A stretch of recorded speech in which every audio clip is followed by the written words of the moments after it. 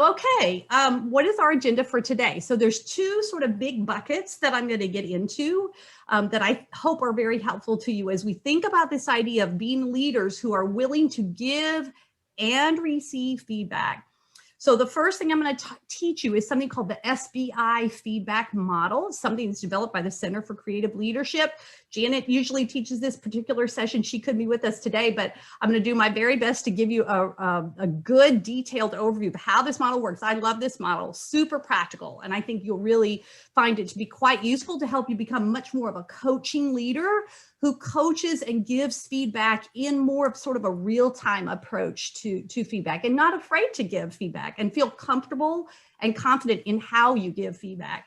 And then we're going to dive into the triggers download, understanding and managing triggers. And I'm going to really go through a couple of specific strategies for you on thinking about triggers in yourself, as well as the people that you lead or the people that you engage with on a regular basis.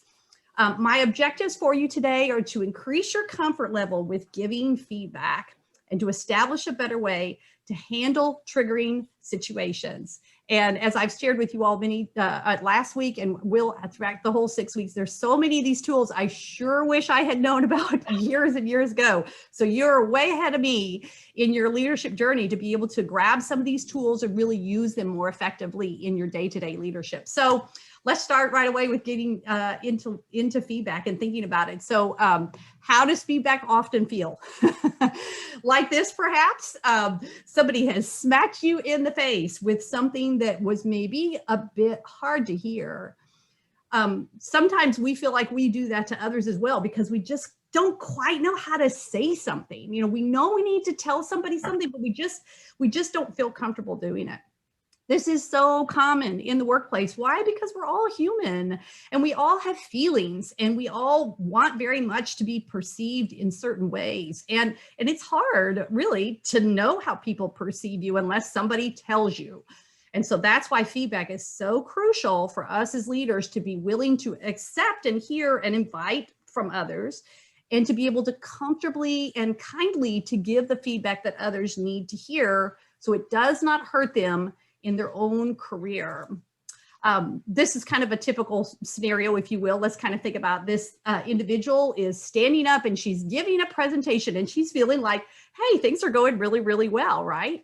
And she doesn't really know what other people think about her. She thinks things are going really well, but what's going on in the minds of those that she's talking with? I wish she would explain more. Visual aids would have helped. I really needed a break in the middle. How many of us think that now in our Zoom meetings too, especially? I just need a break for just a few minutes, right? It's hard as an audience, you know, to kind of to get through some of the challenges with speakers who are maybe not ideal, but she thinks she's doing really well. But she has the self-awareness to sort of step back and ask and say, hey, does anyone have any thoughts to share about the material that I have presented? And what do they say to her? Oh, you were great. Oh, I learned so much. And then the guy in the middle is going, I'm still really confused. And the problem is she got feedback, but it was not accurate and it wasn't helpful. How helpful is it to say you were great? That's not helpful at all. It's way too broad. And in fact, it wasn't even actually the truth of what he was thinking. So very commonly, feedback is sort of given, if you'll think of this visual, like a sandwich. You know, this is so typical. I have certainly been guilty of this. You probably have too, is we think to ourselves, well, you know, I'll kind of start by having a little bit of nervous chatter and hello, how are you? What's going on? How's your family? All those sorts of things. And then, well, I need to tell you something today. And you give the negative feedback, but then you completely sort of undermine the truth and the honesty of that negative feedback by saying, yes, but you're just such a valued teammate. And, you know, so you've kind of created this sandwich that really is not very effective because often we as humans, we have sort of selective hearing, right? And we sort of heard something negative, but gosh, everything else seemed so positive. So maybe it wasn't that big of a deal and we just sort of discount it. Or maybe we don't even really hear it at all, when in fact that we really needed to hear a hard truth. There is a better way. And I think that's probably what most of us are sort of thinking is, well, like, I don't know how to do it any other way because I don't necessarily want to hurt somebody's feelings when I share important feedback. How can you do it? Well, this is how. You want your feedback to be based on a specific observation, to be timely and specific to a situation, to have it be descriptive, but not judgmental. Ooh, this is hard. It's really not, but it sounds like, oh, that sounds great, but I have no clue how to do that. I'm going to give you a couple of examples as we go through this model, but this is kind of your goal. I want my feedback to look and feel this way. So how do you do it? So there's a model that is was created by the Center for Creative Leadership. It's called the SBI feedback model. The S stands for situation, the B for behavior, and the I for impact. Okay, let me show you how those three pieces work together. So in a situation, when you're giving feedback, the first thing you want to start with is the situation. This is actually a way for you to anchor your feedback in a place and a time. It also helps others understand the context. For example, you're talking, and I'll give you some more examples, but basically you're telling when something occurred, like yesterday in our board meeting or last week in the conference call. So you get very specific about describing the situation and helping someone have some context. That's versus saying, you know, you always do this, or I've seen that, but they're like, you know, bring the evidence. You're not helping me understand specifically when something occurred. So that's the S in situation. The B is behavior. This allows the person receiving the feedback to know specifically how they behaved. Behaviors are observable. So this is, you know, in the meeting last week, you did this, and you describe what was the behavior that you observed them doing. You interrupted somebody, or you were quiet, or you had your camera off, or you didn't seem fully engaged in the situation. So you're saying specifically what their what their behavior is. And then the I is the impact, and this is the key part. This is the part we have to be careful not to be judgmental, but you are being honest about what you believe the impact was. So it's the thoughts, the feelings, and the actions that resulted from this person's behavior. And it might be the impact on the task itself, such as, you know, you weren't engaged and therefore we didn't have the full benefit of your thinking. Or on the group, when you were interrupting everybody, I could tell that the group began to shut down and did not fully participate. You see that, how that kind of goes, okay? Now, let me give you a couple of scenarios of how the SBI model works in practice. So the typical feedback that you might give to somebody, and I don't know that you might do this, I probably would never actually say this, but some leaders might say this, Pat, you were rude yesterday, right? Or something sort of general and negative in that statement. It's very broad. It's not really very helpful, but it's saying, Pat, you were rude yesterday. Here's the way the SBI model of feedback might work. Pat, during our conference call yesterday afternoon, so that's the situation, right? Specific date, time, place. I noticed that you interrupted others and me on several occasions. So what was the behavior? That they were interrupting people. The impact is I felt frustrated at times, right? That's me. I felt frustrated at times. And then the observation on the impact on others was, and I sensed that others were irritated by it as well. Okay, so that's the situation, the behavior, and the impact, right? All very observable, not judgmental, right? Here's another one. This is kind of the opposite example. Chris, you were fantastic. You were really effective. Great job, right? Sounds really nice, very broad, not very helpful, right? Chris has no clue what he or she has done well in this situation. So here is how to give more specific feedback using the model. Chris, at the end of the quarterly board report meeting this morning, you gave a summary of the key action steps that we had discussed, right? That's the behavior, in order to finish our plan. I was really glad you did that. And also it seemed to bring a good sense of closure to the meeting. So you were really specific. I will stop and tell you too, I remember as a leader, getting this type of feedback in I had a 360 done on me. And they said, you know, you're always very supportive and effusive, but like, we don't really know what you think and why. And I realized that I was really guilty of saying, great job, you were fantastic. And like, that doesn't tell anybody anything. and that it was much more meaningful to my people when I was specific to them. So I got in the habit of trying to be a lot more focused on giving someone a specific piece of feedback, even if it was not just necessarily negative, but even if it was just positive, to say, you know, Sue, I really appreciate the time and effort you put into that report. Your hard work and your research really paid off. You know, like specifically telling somebody. This got such a different response from my people. They felt like, wow, she really is paying attention to what I am doing. And it made a world of difference to how they felt, how sincere they felt the feedback was. And so that was a big aha for me, even in the positive feedback, is to try to be intentional with my word choices and not just sort of saying, oh, it's all great, but to try to be really specific. Now, once you, if possible, if you can, take a screenshot of this slide. I think this is just such a helpful slide, because one of the questions that I have when I do the SBI model, and I first learned it, Janet taught it to me, was I thought, well, I don't know, like, what's a kind of a list of examples of observable behaviors that I might need to be giving people feedback on. I thought this list was really helpful because it began to let me think, oh yeah, like it would be reasonable for me to say, you know, you were noticeably quiet, or you looked at your phone all the time, or you rolled your eyes, or I mean, there's all kinds of things that are truly observable behaviors that might feel like you're being judgmental, but you're not, because the behavior in itself is actually observable. And so I thought this was really helpful to have a kind of a list like this that would help you think about what are the types of things that I might choose to give somebody feedback on because it wasn't really going well. Okay, so when giving feedback, here's just a couple of quick tips for you. These are probably sort of obvious, but again, just because we know it doesn't mean we do it. And so I want to have this be as a sort of an encouragement, a reminder to you.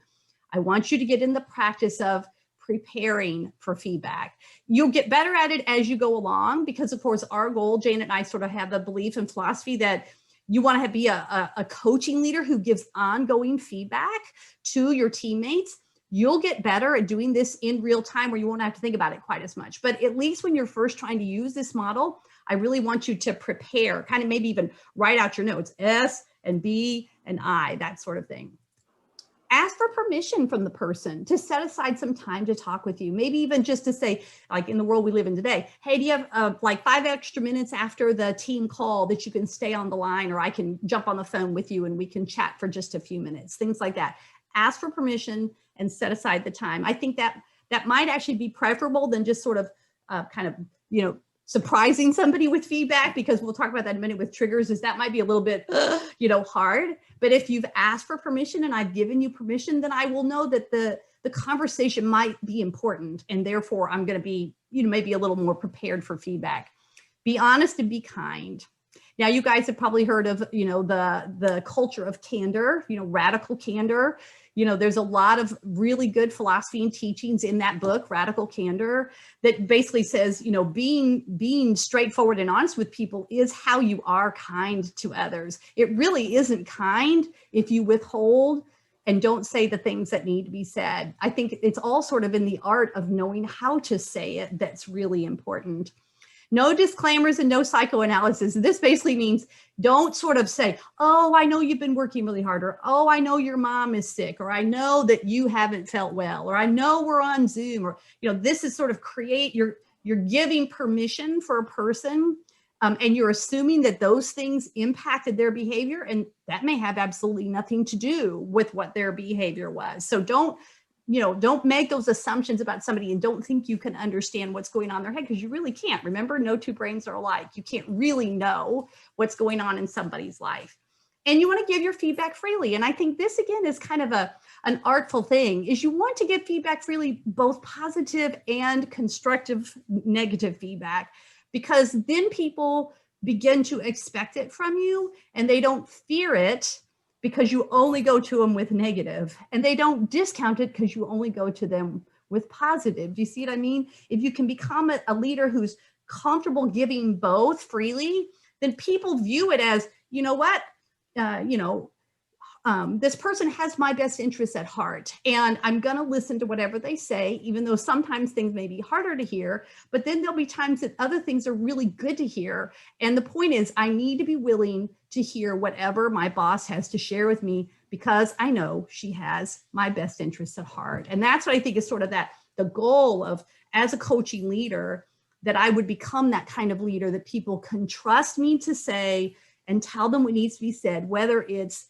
good or bad, right? That creates a lot of trust and creates a lot of loyalty. And in fact, you all probably could weigh in on this. With a lot of the executives that I coach now, one-to-one, I hear a lot of them say, golly, this, younger generation, they want feedback so much. They constantly want more and more feedback. When I grew up, it wasn't that way as much. You sort of had your annual evaluation and you sort of hung on for that every year. But that's not really the way the world works. And it's not really what most teammates who are interested in growing, it's not really what they expect. They want you to give them feedback. So we owe it to them as good leaders. There's another part of the SBI model that I love. I think this is my favorite part. And it's, as you see at the bottom of the screen, it's another I. It's intention. And I think this actually is sort of where the real magic is, because I can go through S, B, and I, the first parts that I taught you, but the real power comes in trying to understand how and why somebody's behavior might have impacted what their intentions are. And this is really key, because if I behave in a certain way and have an impact, but that wasn't my intention, there's a disconnect, right?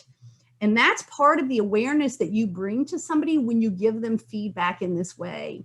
Because at that point, with intention, with sort of a more of a kind and coaching heart, you can inquire about their intention behind the behavior. And if there isn't alignment between their behavior and their intent and the impact, you can ask them what they might have done differently to create the desired impact. So let me give you an example of that. And this might be another slide to take a screenshot of if you can.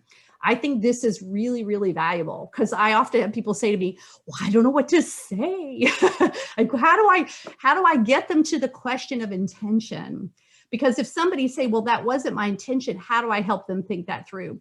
So after you've shared S, B, and I with somebody, and you kind of see their reaction on their face, you can say, what was your intention with this situation? Because if you've told me that something was kind of, if I've heard feedback that's hard to hear from you, and I'm kind of like, maybe my limbic system takes over and I kind of get defensive, or I shut down and I go quiet. As the coaching leader, you can say, tell me what your intention was with this situation. Based on what happened, how do you think that your behavior impacted the team? Is that the type of impact you would like to have on the team? And if so, tell me more about that. If it's not the type of impact you want to have, what would have been different? What would you have wanted for your impact to be? And what would you do differently in that situation to have that kind of impact you want? These are ways that you sort of help them understand, oh, I might have behaved in this way because it was observable. I can see that I probably behaved that way. I might argue with you about the impact, but if I'm honest, then I might step one further with you to talk about what my intent was, which is, well, I don't know why the team was upset by that. I didn't intend for it to be this way, but I can accept the fact that maybe that's how it came across to others. Do you see how the person might be more willing when you get to the intention part of the conversation to help them go, oh gosh, well, that wasn't what I intended. And then as the coaching leader, you would say to them, well, tell me what you would do differently next time. How do you want that to change? And it might even be, you never know, sometimes it may be, well, I need to go back and I need to apologize to this individual, right? They may come to that conclusion, but you coach them through what is the intention and the impact, and how do those two things align better? That's really the goal I think everybody has in the workplace. Okay, let me stop there. Let me go back a minute and just open it up and see what kind of questions that you guys have, or sort of your thoughts and reactions to what I have just shared. I'd love to know sort of like, how has this come across? And maybe some of you have used SBI before or something sort of similar. I'd love to hear your thoughts. I was just going to say that I was thinking that it's especially difficult right now to give direct feedback because of COVID, and you never know what's happening in the background, like with people's kids at home, trying to do online learning with their kids and doing work, and you're seeing a change in output from workers. Mm-hmm. And so being direct, but also being understanding of the situation, it's hard because you don't want to be putting priority over things that are less priority. At the same time, you need that work to be done. So that's one thing I find especially difficult right now. Yeah, I agree, Heidi. It's just weird on Zoom, isn't it? But, you know, as leaders, we know we can't let this stuff fester and go on and on for months, you know, because then you're like, oh my goodness, now this has been happening for 6 months and nobody's addressed it. And then it can actually become a real sort of crisis in a culture, for example, if something has been allowed to fester. Thank you for sharing. Somebody else. Catherine, you're on mute. Just building on what was said too, you know, not knowing what's going on in the background. What I did like about this exercise to go through is that you can really pinpoint what the problem is without that person getting defensive. Because my reaction always is when I have to give feedback and it's not good, that person's immediately gonna get defensive. And then I got to figure out how I have to diffuse that. But because this dissects a little more into, you know, what did you want to have happen sort of thing? What impact did you want to have on the team? I think that, I don't know, just really digs in at a really safe level for whoever's on the receiving end. Mm-hmm. Yeah, I agree. That's what I love about it, being observable, right? That immediately means it's not judgmental or a perception on your part. Mm-hmm. It's you saying on this specific date and time, this was the behavior I observed, is all sort of fact, right? And then you say, my observation of the impact was, and then what was your intention? It really does open up the conversation. Then makes me perhaps a little less defensive. I like that. Good insight. Somebody else. Please, Amanda had a question in the chat. Oh, okay. How do you handle people that get really emotional when they think that? Yeah, you know, and I've had people say, if I have one more person cry, you know, and I'm like, I know, just keep a box of Kleenex on the end of your table. It's okay. And, you know, this is part of just being human as leaders and understand where the emotion comes from. It is hard to hear difficult things. None of us wants to hear that. It can be very difficult to control your emotions in the moment.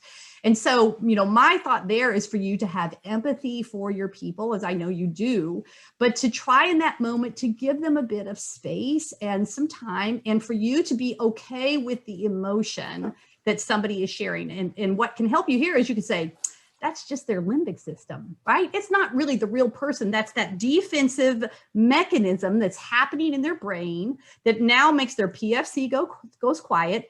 And they can't think, right? So they're going to be upset, either going to become antagonistic and defensive, or they may cry. You never know what the emotion may be. Let me stop and ask a quick question. Has anybody read Crucial Conversations? That's another great book for those of you in the VIP group for this program. We'll get into that in real specific detail. But they talk about that there's a very common behavior that somebody has in a difficult conversation. They go silent, which is they just shut down, completely shut down, right? Which is still the limbic system saying protect, protect, protect, right? Or it's either silent or what they call violent, which is the person raises their voice, pounds their fist, becomes attacking back to you. And you could probably think in your minds of people who've demonstrated one or both of those behaviors. Yes, Crucial Conversations. It is a great book. I highly recommend it. But no matter what's happening with the other person, if you will tell yourself, this is their limbic system that's running the show right now, understandably so, because they're feeling threatened. My goal is to engage them in conversation to get that PFC to light back up. Because once they begin to think, their limbic system starts to quiet and they engage. And so asking questions like what's on the screen now is a way to get someone's PFC to come back into play and help them think their way through the situation rather than emotionally responding. I see another question up there. Let's see. Oh, and Kelsey said, I find this harder with peers who are much older than me. Any advice here? Yeah, well, then you have that added dynamic of sort of a hierarchy, right? Or a sense of authority based on age. That's hard for those of you who are younger leaders. Yeah, this would be challenging. I think the key here is, we'll get into this in a minute with triggers, is thinking about what it is that's important to this person. If I'm older than you and you are my boss, it may be harder for me to hear this because I might be triggered by respect, right? This sense of status, like, how can you say this to me? I'm older and wiser than you. I've had a much more accomplished career than you, but yet you're in charge of me. And so we'll get to that in a minute. If you'll hold that thought, we'll get that in a minute, is what are the strategies to use when you can suspect what triggers another person? I imagine this is probably a hard one because a lot of older people will feel much more entitled to a sense of respect from a younger leader. Ella has one. How do you handle colleagues who are not receptive when giving feedback? Well, yeah, that's the magic question.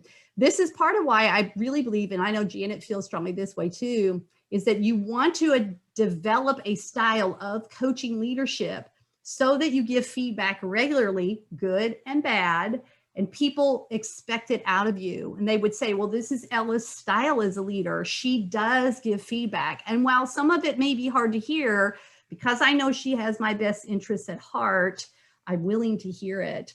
And so that might be you just becoming more comfortable giving feedback to people, maybe even in certain settings. For example, the people that are not receptive, you want to do that one-on-one, right? Of course, you know, all of this should be one-on-one, but perhaps it's at a regular check-in, like maybe you have a monthly check-in with people. You can actually put something like this as a standing agenda item on somebody's one-to-one check-in, where you say, hey, I want you to tell me 3 things that are working for you right now. I want you to tell me 3 things that you want to get better at, things that you want to improve on. And maybe these are things, even as your leader, I can help you with.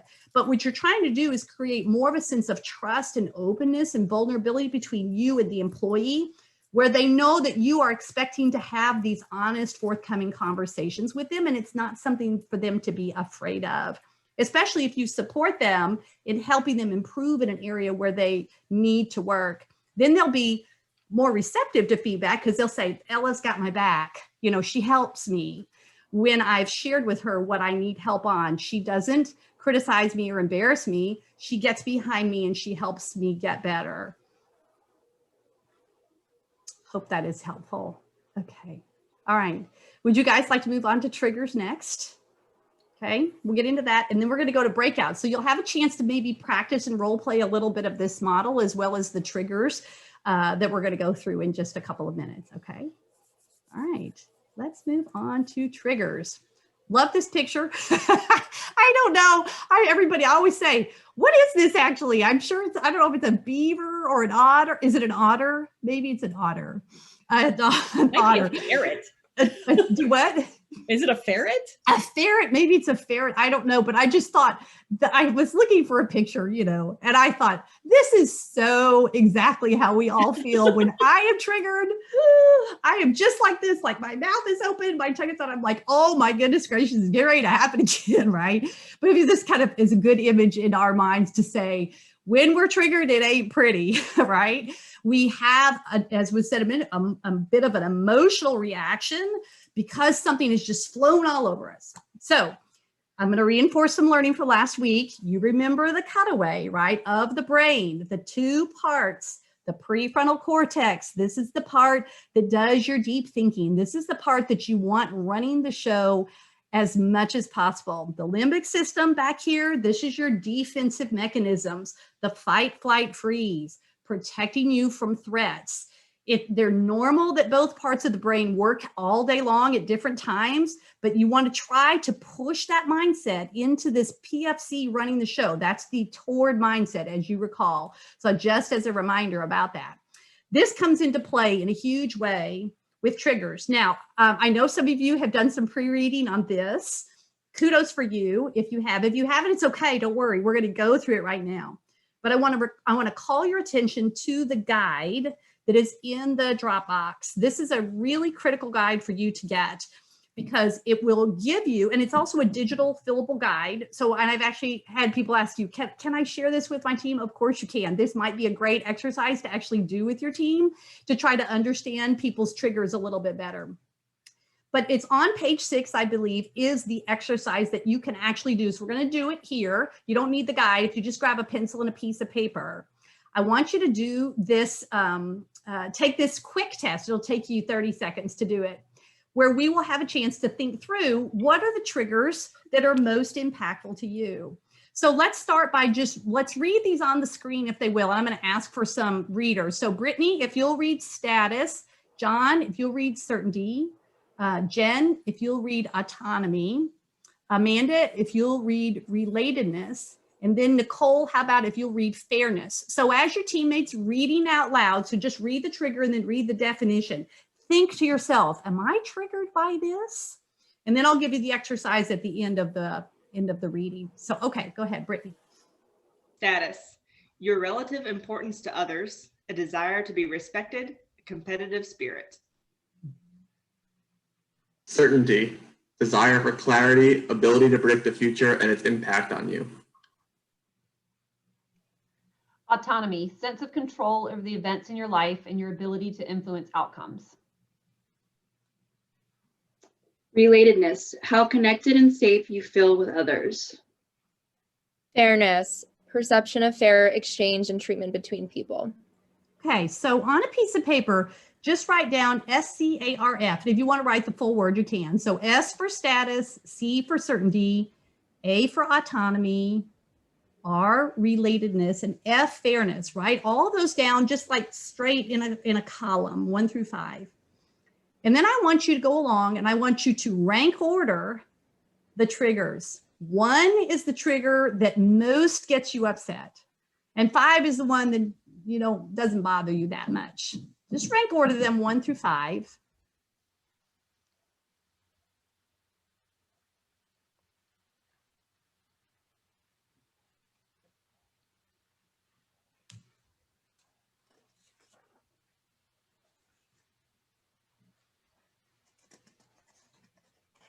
And I want you to pay the most attention to 1 and 2. And I've had people say, can we also include 3? I'm like, yes, of course you can. 1, 2, and 3, especially if you're sort of like 4 in between them, you know. The first 2 or 3 are the triggers that most upset you. And I want you to think about that for just a minute, because I always say anything in coaching, I say, start with yourself, right? Start by coaching yourself. Start by raising your own self-awareness so that then you can change yourself and then you can help other people to learn as well. But always start with yourself. So I like to do this to say, oh yeah, I know what makes me mad, right? Status is when people don't respect you. They don't ask your opinion. They marginalize you. Somebody is always trying to put you down so they can put themselves up, things like that, right? The word status kind of throws us off. I really think this one is sort of respect, you know, which is kind of a universal one, but respect is the trigger. Certainty is, you know, I have to know what's going to happen.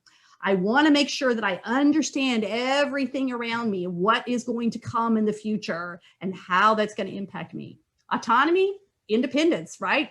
I want to be in charge of myself. I don't want you telling me what to do. I want to be able to influence my environment and my situation for my benefit. I don't want you to do that for me.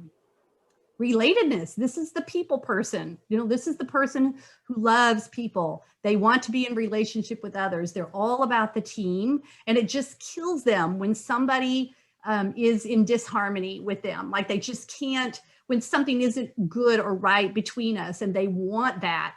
And it's also, I think, important, the word feeling safe is key. They're trust-based people and they really want to feel safe with you. And if they don't, that's definitely a trigger for them. And then fairness, like that's a really common one too. You know, like it's not fair. Have you ever thought that? Or you've heard people say, but it just isn't fair. And then what did your mother always tell you?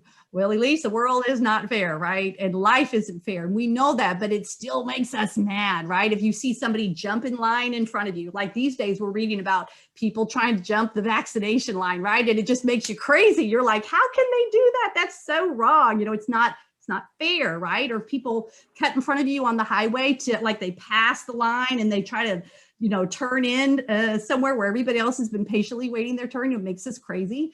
We see somebody that's been promoted and they were a friend of the boss or they got special treatment. It's not fair. Similarly, if you see a cultural scoundrel, that's always my term for these people who behave badly in a culture, a corporate culture. You see a cultural scoundrel get away with treating other people badly and they're not properly punished. Makes you crazy, right? Because it's not fair that they're not held to the same standards as everybody else. So you can see where all of them are like kind of can be really big for you. I just wonder, does anybody have an aha? You don't have to necessarily share what your trigger is, but does anybody have an aha having done this exercise about something that's jumping off the page at you? One thing that we were discussing is that autonomy can make leading and also reporting difficult, since the management styles will differ. And so if you prefer to be autonomous and the other person that's leading you doesn't, then it can be a conflict. Mm-hmm. Yeah. This is where you see the conflict around he or she micromanages me. And then the boss will say he or she doesn't keep me informed, right? You see that the expectation is very different. There's always a happy compromise that can be done, right? We'll talk about that in a minute, but that's a great observation, Heidi. You're right. Somebody else have an aha. Yeah, for me, I immediately get triggered when I see unfairness of any kind. That's personally, professionally, anything. And yes, I was told the world is not fair, but you know, I think, I don't know, that's just something that has always been a trigger for me. Mm-hmm. Yeah. I know it's not fair, but I still want it to be, right? Which was so hard watching. Go ahead. On how it can be fair. You know? Yeah. Yeah, I'm a big proponent of DE&I initiatives. And of course, watching, you know, the racial injustice in our society is just agonizing, right? And a couple of years before that, the Me Too movement, where you're sort of seeing sort of actually a calling to account for unfairness, which I think is very healthy for us as a society to do, but it's still painful to watch it and see it in action. Anybody else?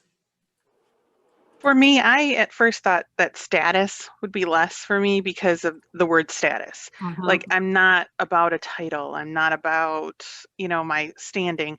But when you put it in perspective of somebody putting you down or marginalizing you or that respect thing, it's like, oh, no, reorder that one. That I want the same respect that I give everybody. I would like that back. Not, I don't need a title. I don't care about that. I want that human respect, not necessarily, oh, I bow down to you because you are higher than me. Right. I agree. Actually, and that's why that word always throws people off. And I don't want, that's why I say, please don't be thrown off by the word status. I think it feels like it has a negative connotation. I think of this, if I could, I'd say it's respect, which I think is a much more common trigger. And again, my whole goal here, I remember when I first did this exercise, I learned about this model, I should say, when I did my training with the Neuro Leadership Institute. You see David Rock. I want to give proper credit to this model. You can Google the SCARF model, though, and there's tons and tons of stuff out there. Anyway, he came up with it. It's based on the research of a man named Matthew Lieberman, who is a neuroscientist. And he studied the brain, still does. He's a really great researcher. Studied the brain to try to see what it was that seemed to light up different parts of the brain, like the limbic system, you know. And so I just love this sort of idea about thinking it through. These are the 5 most common social triggers. So the first time I did this, I was all upset. I told my husband, I don't like what I'm triggered by. And my husband just laughed. He said, well, I've been married to you for 30 years and I can tell you, I know what you're triggered by. But he said, wise advice, right? He said, Elise, channel that same energy into thinking through how to manage your triggers, right? So you're not so upset when this happens to you. And I was like, yeah, I know I need to do that. So anyway, Kelsey, I see you said that too. Yep, it is. It's insightful. And I guess the key here is don't feel bad about what you're triggered by, right? You're on the learning journey. That's why you're here in the class in the first place. You're learning about yourself. Don't beat yourself up for what bothers you. Just say, it is this, but what can I do about it? So that's what I want to share with you next. Let's kind of move on and let me show you some of the strategies for how you can deal with it. So I actually have a better way for you to deal with your triggers rather than to just fume or to end up saying things or doing things that you don't want to do. 3 simple steps. Label it, which is what we talked about last week. If you remember that, name it to tame it. That's the cognitive strategy, the really simple one. Don't react, respond. And I'm going to tell you the difference between what is a reaction and what's a response. And then writing an if-then statement. And these three things are all based on really good neuroscience, which is, again, how my brain works. And when I am triggered, which is the part of the brain that's running the show, the limbic system, right? Which means I don't think clearly. So having some strategies in place before I'm triggered will help me make a better choice in the moment. Like we talked about last week, managing yourself in the moment.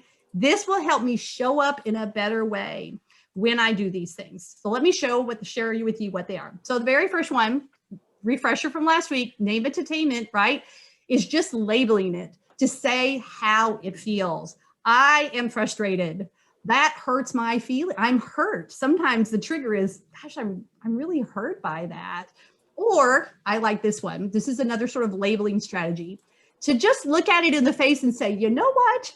That's just my certainty trigger. All right. It's that I'm not going to judge myself. I'm not going to beat myself up. I'm going to say, I know it. I am really triggered by status or whatever.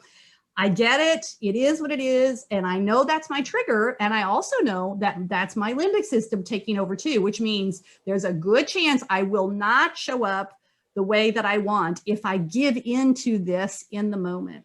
So just labeling it, just raising self-awareness that you have been triggered is the very first and most and simplest step to take. Second step, don't react, respond. So what is the difference between a reaction and a response? A reaction is an automatic behavior or an automatic words or things that you would say when you've been triggered. This is the limbic system, right? It's automatic. It's the unconscious part of the brain. It's when you just blurt things out, right? Or you type that text and then you hit send and you should have like, I should not have said, can I pull it back out of cyberspace? Or that email that you draft. You want to not send, right? Sometimes you just want to get it out, but you don't want to send. So a reaction is this sort of overly emotional response that is driven by the limbic system to protect you, right? Remember, this is also an away mindset. What's the away mindset? Remember that? If I'm pushing away from a threat, my mindset is I'm closed. I don't hear things very well. I jump to conclusions. I make assumptions about you. My inner critic is going wild. I wish we had time. I have a whole session on inner critic and how to beat that, but that's what's happening up there, right? This narrative in my head is going. This is what's happening when I'm reacting. A response is intentional, it's measured, and it's designed to inhibit. Remember, inhibition, right, is what is controlled out of the prefrontal cortex. That is you choosing not to say or do something that you will probably regret later. That's controlled by the PFC, which means you have to think your way through the situation. And the only way to think is to sort of stop yourself and choose a different path. Like, okay, I know I want, and it would feel good to react like this, but what if I'm wrong? All right. What if maybe I'm making an assumption? I'll give you an example. I was on a conference call not long ago. There was a guy on the call, and this guy is a real dominant sort of personality. And he made some sort of broad judgmental remark that just flew all over me. And I was like, oh my gosh, like that just makes me so, that is not right. And my temptation was to jump into the conversation and sort of say, I don't think we should be thinking that way.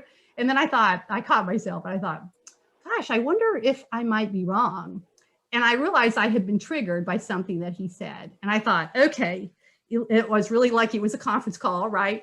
And I thought, what could you do instead? What would be a better way to address this? Because maybe you're wrong. Maybe you're reading into this situation what this guy is, what he intended.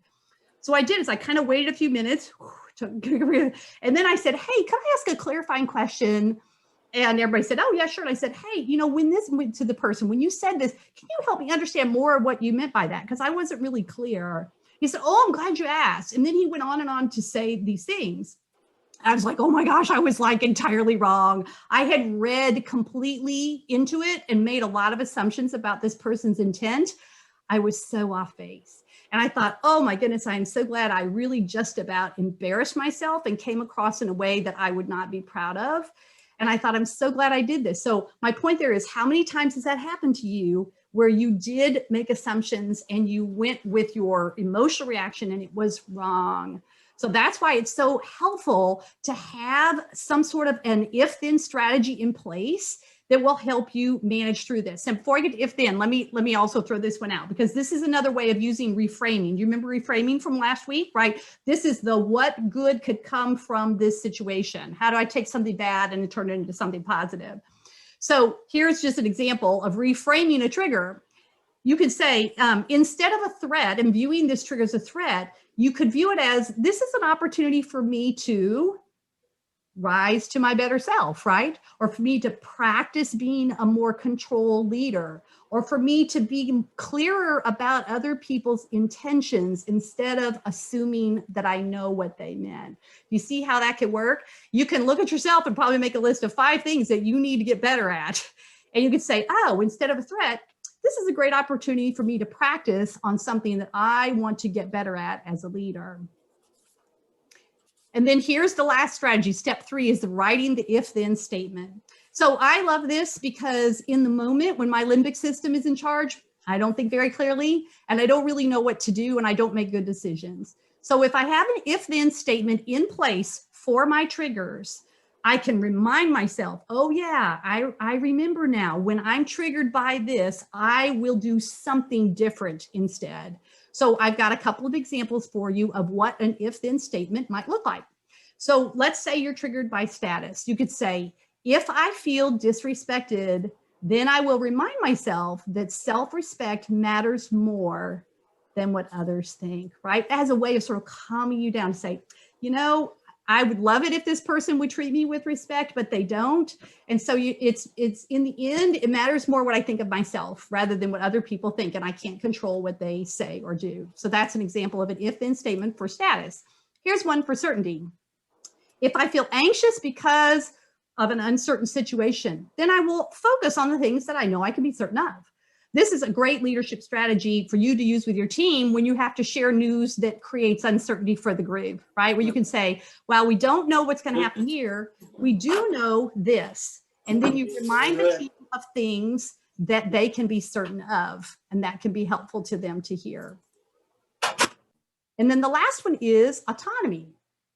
If I feel myself losing control of a situation, then I will remind myself that my way is not the only way. So autonomy is a big one for me. And here's a really silly example, but a good one, is the way my husband loads the dishwasher. And I'm like, oh, that makes me crazy because he didn't put it in the right place. And now I can't put all these plates in all. And I tell myself, Elise, A, your husband is helping you clean up. What a blessing that is, right? And B, he can load the dishwasher any way he wants. The fact that he's helping me is so awesome, right? But people who like things done in a certain way or want to be in control of a certain situation, there's more than one way to load the dishwasher, or to arrange a closet or not, or to put things in a grocery cart, or to put a strategic plan together. Do you see where you're going with this? Is that while you might like to be in control, you can't always, and there's always more than one way to do something. Okay, let me give you a quick aha here. We're going to get into our breakout groups in just a second. I thought this was really interesting. I learned this, of course, through the neuroscience training. A trigger can act as both a threat and a reward. Isn't that interesting? Because you think of a trigger, to me anyway, it had sort of a negative connotation when I heard the word trigger. But then if you think about it, if you know that somebody that really matters to somebody, you can flip it on your head and you can actually use it to your advantage. And that's what's in the second part of that guide that I gave you.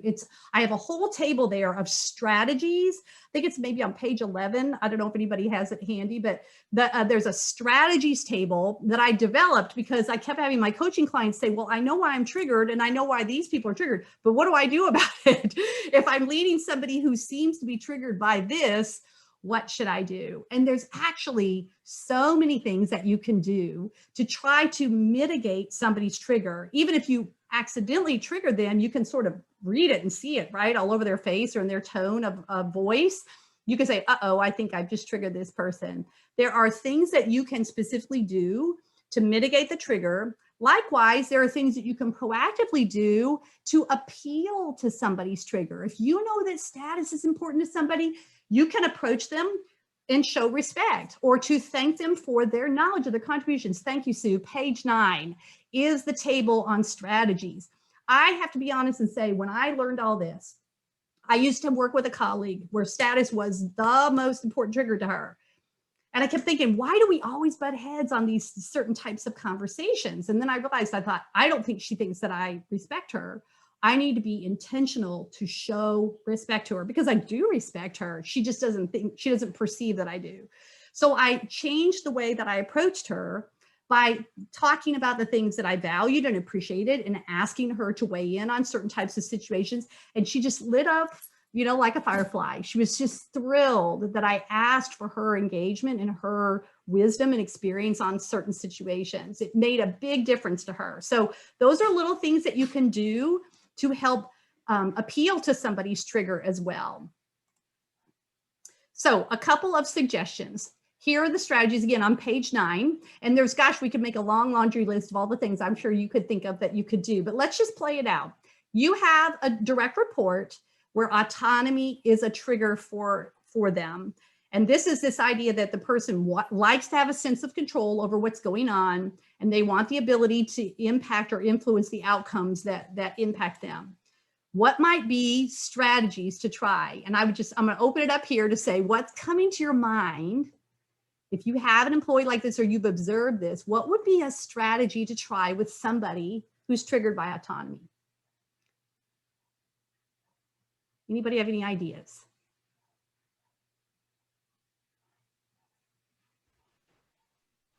Maybe asking their opinion first on how to handle a situation rather than giving them guidance. Yeah, not necessarily being so directive, right? But to invite in, like, Brittany, what would be your thoughts or your suggestions of how we could approach this? Yep, I love that one. That's a good one. I have an assistant that's like this, and I will often ask her to give a first draft of something that we're putting together. So that way I get her ideas first. Yeah, that's great, Amy. I love that. That's a good leadership approach anyway, isn't it? Because the moment we say what we think, it shuts everybody else down. Well, if Amy thinks that, I guess that's what we should do, right? They never volunteer it later. So that's a great strategy. I like the idea of giving them what you want the outcome to be, but letting them then choose how to get there. Yeah, that's a great one. Here's the goal. Sue, how would you suggest that we get there? What might be some things we could try? What would be your game plan? Yeah, that's a good one. Okay, let me share a couple with you. So here's a few. Delegate the what, just as Sue said, but not the how.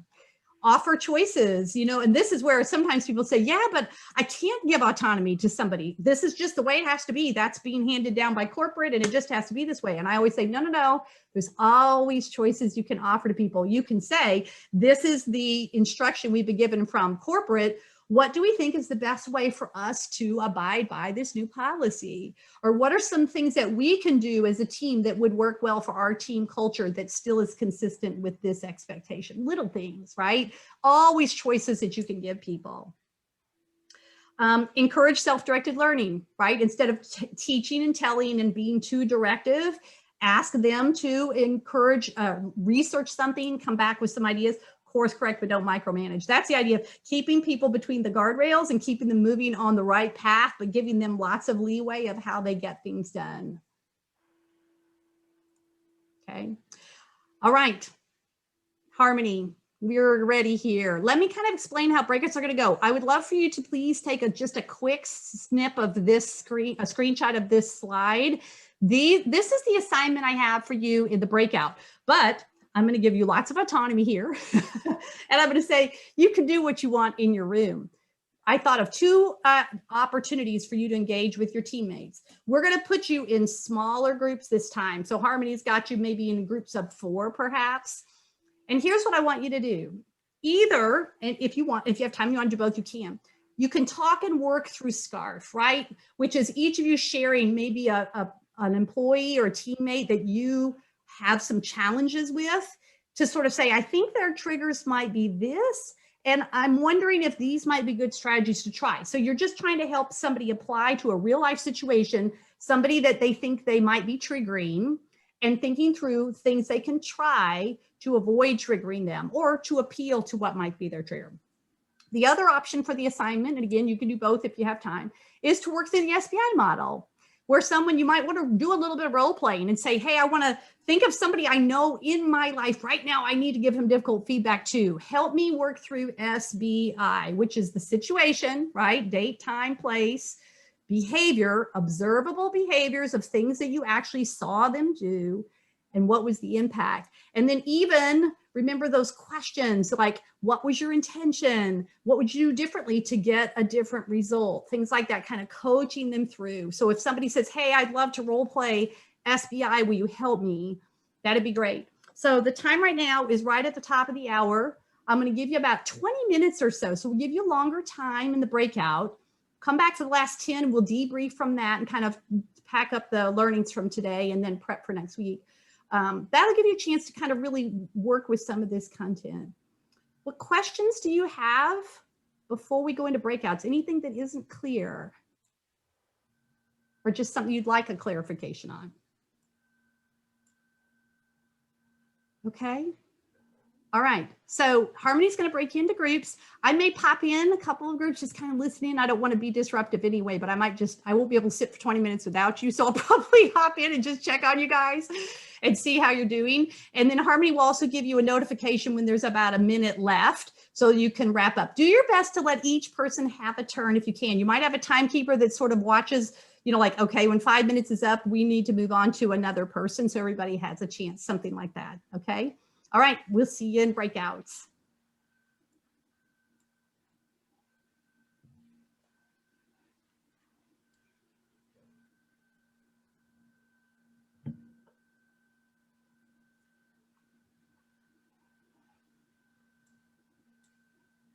Okay, good. How do you think it's going? Oh, let me hit the stop record.